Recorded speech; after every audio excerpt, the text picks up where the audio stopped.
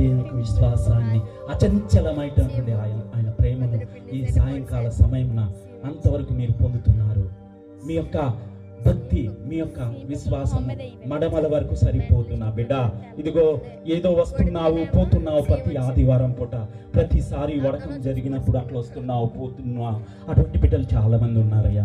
ఎజికేలు గ్రంథంలో దేవుడు చెప్పినాడు, నా బిడ్డ నీ మోకాళ్ళ వరకు సరిపోవయ్యా ఈ ఆధ్యాత్మికమైనటువంటి ఫలాలు, ఆశీర్వాదాలు. ఇంకాస్త మీరు లోపలికి రండి, దేవాలయంలోకి ఇంకా లోపలికి రండి. మీ నడుముల వరకు సరిపోదు నా బిడ్డ, నడుముల వరకు సరిపోవండి. దేవుని ఆశీర్వాదాలు, దేవుని ఆప్యాయత, దేవుని యొక్క అచంచలమైనటువంటి ఆ తన్మయం మీ భుజాల వరకు కూడా సరిపోదు.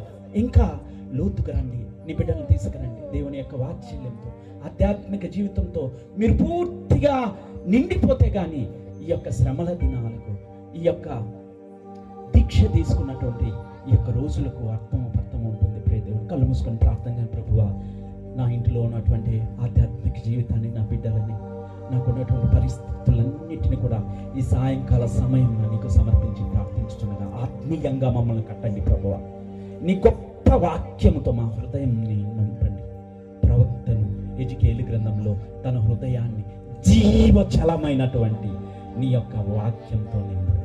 సారవంతమైనటువంటి నీ శక్తితో నింపండి. నిసారం లేకుండా ఉన్నాం ప్రభువా.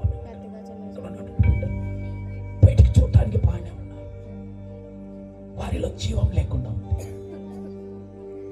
అన్ని బాగున్నాయి బాహ్యంగా, లోపల వారు పొందుతున్నటువంటి బాధలు, సంఘర్షణ మీరు ఒక్కరే ఎరుగుంటారు. మీరు ఒక్కరే తొంగి చూసేటువంటి దేవుడు.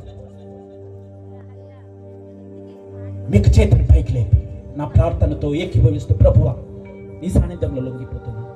ఈ సమయంలో, ఈ రాత్రి వేళ ఈ వాక్యంతో నా కుటుంబాన్ని నింపండి.